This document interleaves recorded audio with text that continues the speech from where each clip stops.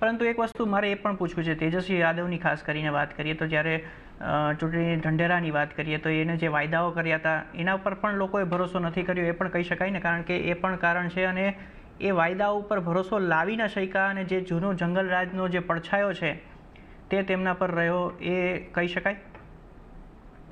જુઓ જુઓ, એક વાત તો આજે તમે ને હું બેવ ના નથી કહી શકતા કે લાલુ રાજમાં સૂર્યાસ્ત થઈ ગયા પછી સ્ત્રીઓ ઘરની બહાર નહોતી નીકળી શકતી. બરાબર છે, એક અસુરક્ષિતતાની ભાવના હતી. આ અસુરક્ષિતતાની ભાવનાઓથી સુરક્ષિતતાની ભાવનાઓ પર એક મોટું ટ્રાન્ઝિટ રહ્યું છે.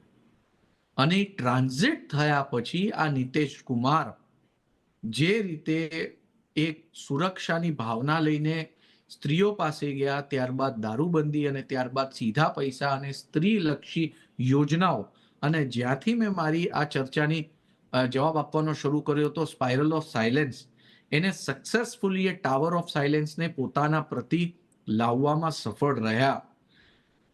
આજે તેજસ્વી યાદવને આટલું મોટું બ્લન્ડર કઈ રીતે થઈ શકે તે વિચારવાનો વિષય છે.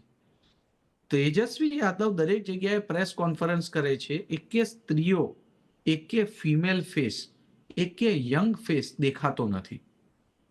અને તેજસ્વી યાદવ જે આક્રમક રીતે વાત મૂકે છે અને જે રીતે તેની સાથે કાર્યકર્તાઓ ફરે છે, આ બધી વસ્તુ સ્ત્રીઓને એના પિતાના જંગલ રાજની યાદ અપાવે છે. અને એટલે જ આ વસ્તુ જે છે એ નેગેટિવિટી તરફ આગળ વધે છે. લોકો આ વસ્તુને સ્વીકારતા નથી. એક સેન્સ ઓફ સિક્યોરિટી નીતિશ કુમારના રાજમાં દેખાય છે, નીતિશ કુમારની વચ્ચે દેખાય છે. અત્યારે જે આપણે વિઝ્યુઅલમાં જોઈએ છે, એમની બાજુમાં જે મિસા ભારતી બેઠેલા દેખાયા હતા, એમની બેન છે. બહારનું કોઈ વ્યક્તિ ક્યાં છે? એક કોમન ફેમિલીમાંથી આવનાર વ્યક્તિ ક્યાં છે?